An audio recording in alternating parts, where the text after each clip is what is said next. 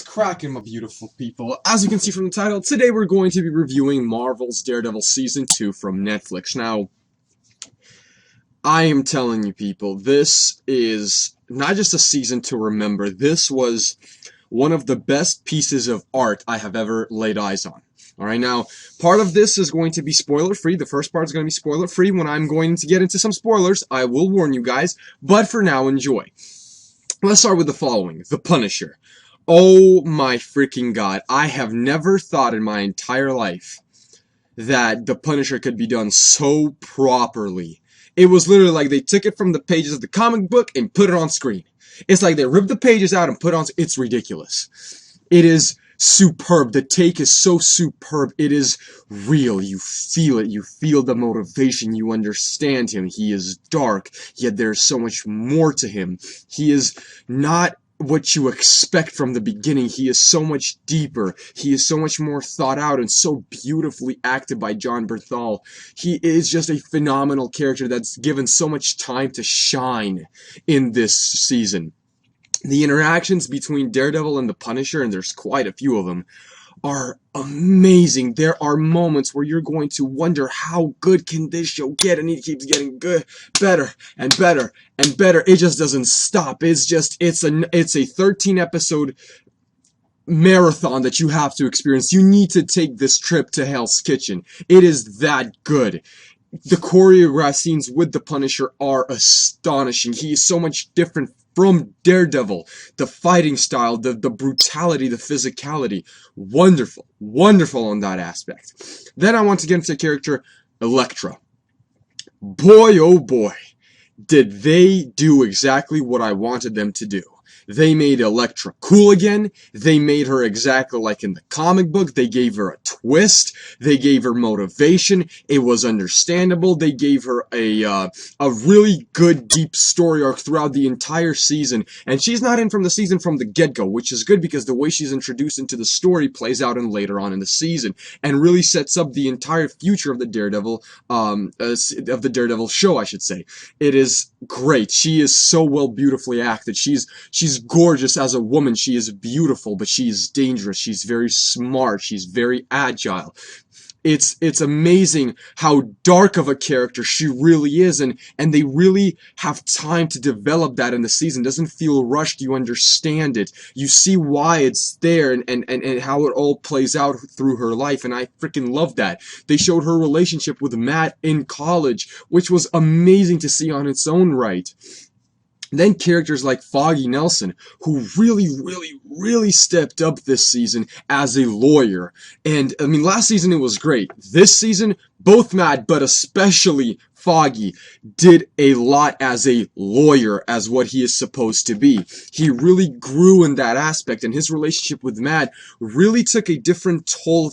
I wasn't expecting them to go that direction. I thought they might, but I wasn't really expecting it. What they did was very good, and I think that it was necessary in order for the next season to be even more interesting. With that being said, though, Foggy Nelson does really steal the show when it comes to the lawyer aspect. But it's due to the fact that Matt has other fish to fry during this season. Not just like the Punisher, not just Frank Castle, no. There's a much bigger villain at hand as the Hand, obviously. And there's a war brewing in Hell's Kitchen, and it is so wonderfully done. Now, I do want to talk about Charlie Cox as Matt Murdock, because the dude, I didn't think he can play any better than Season 1. My God, was I wrong. This guy stepped his game up, and so, you know, you had to step your game up when you're counteracting a guy like Jon Bernthal as the Punisher, as Frank Castle. There are moments that they settle down, you know, without spoiling anything. They settle down and they just have a moment with each other, and more than one, and it's this amazing talk, just amazing conversation that they have between one another, and it is so well portrayed and it's so well acted. It's just beyond amazing.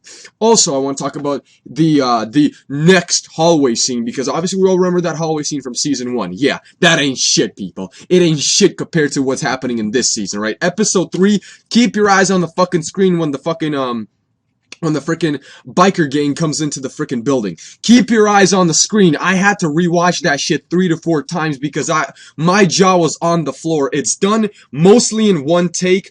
It had a few cuts, but very, very few, and they're not even very noticeable, only if you nitpick on it. But it's just, it takes the scene, it takes the hallway scene from the first season, just goes this, go to sleep, go to sleep, go to sleep, go to sleep. It blows it out of the freaking park. Okay, it is astonishing.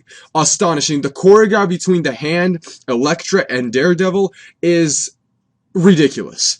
It is ninjas fighting other ninjas, but it's a vigilante fighting ninjas, you know, but he's a ninja, technically speaking.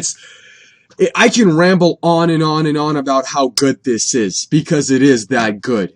And here's the thing, also during this season, throughout the season, you really understand Matt. He needs this. He needs this part of him that is Daredevil. He can't live without it. He's not him without it. It's a part of him that he needs to really live, to be alive, you know, and you learn that through the season. You see that this city, it needs him, but more importantly, he needs this city too.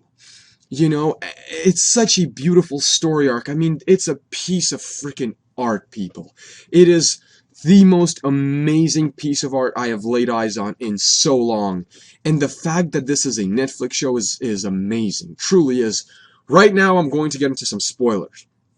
So be warned, you got 3 seconds. I'm going to count down, okay? I'm going to count down, and when I count down, we're going into spoilers, okay? Now, if you're still here, you have been warned, because right now I'm going to get into some spoilers. I absolutely loved that Vincent D'Onofrio's Wilson Fisk was in this season. He had a big enough role to feel the impact of it, but also just a tease for what's to come from the character. I love that. I love that he was the one that got Frank Castle to come to his prison in order to kill a guy that he thinks had something to do with his family's murder and to be the new kingpin of prison. His interaction with Matt was one of the most chilling, one of the most agonizing scenes in the entire season. It was so well done. It is beautiful. Absolutely beautiful how far Matt was going to go, but how far Wilson Fisk is going to go. Amazing. Also, the scene where Punisher, where I should say Frank Castle and Matt have a conversation in episode 4 at the cemetery.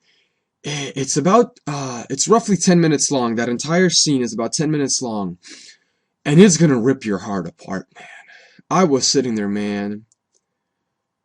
I was like, fuck. I did not anticipate that. Again, they made Frank Castle so human. I was sitting there, I was tearing up. I was like, man, fuck y'all. Fuck y'all. It was a father talking about his daughter and his son. It was heartbreaking. You felt that emotion because it was so beautifully acted, you know. Also, I want to talk to you about who Elektra is, being that she is the Black Sky.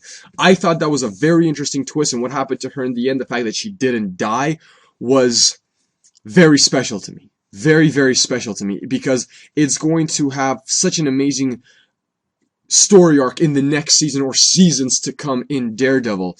I thought that the way that Hell's Kitchen grew in this season as a city was very interesting, because now it has more than one vigilante running around, you know, and that's very interesting to me. And again, it's just such a good show, people. It's just such a good show. I can't tell you enough how good this show is. Just go watch it for yourself. It's a 10 out of 10. Please, come on. Was there any doubt? Thank you for watching this review. If you enjoyed my review, please comment in the comment section below. Let your boy know. Let's have a conversation about it. You enjoyed the video. Like, comment, share, and subscribe. Really do appreciate it. I hope you have a wonderful day. And peace out, guys.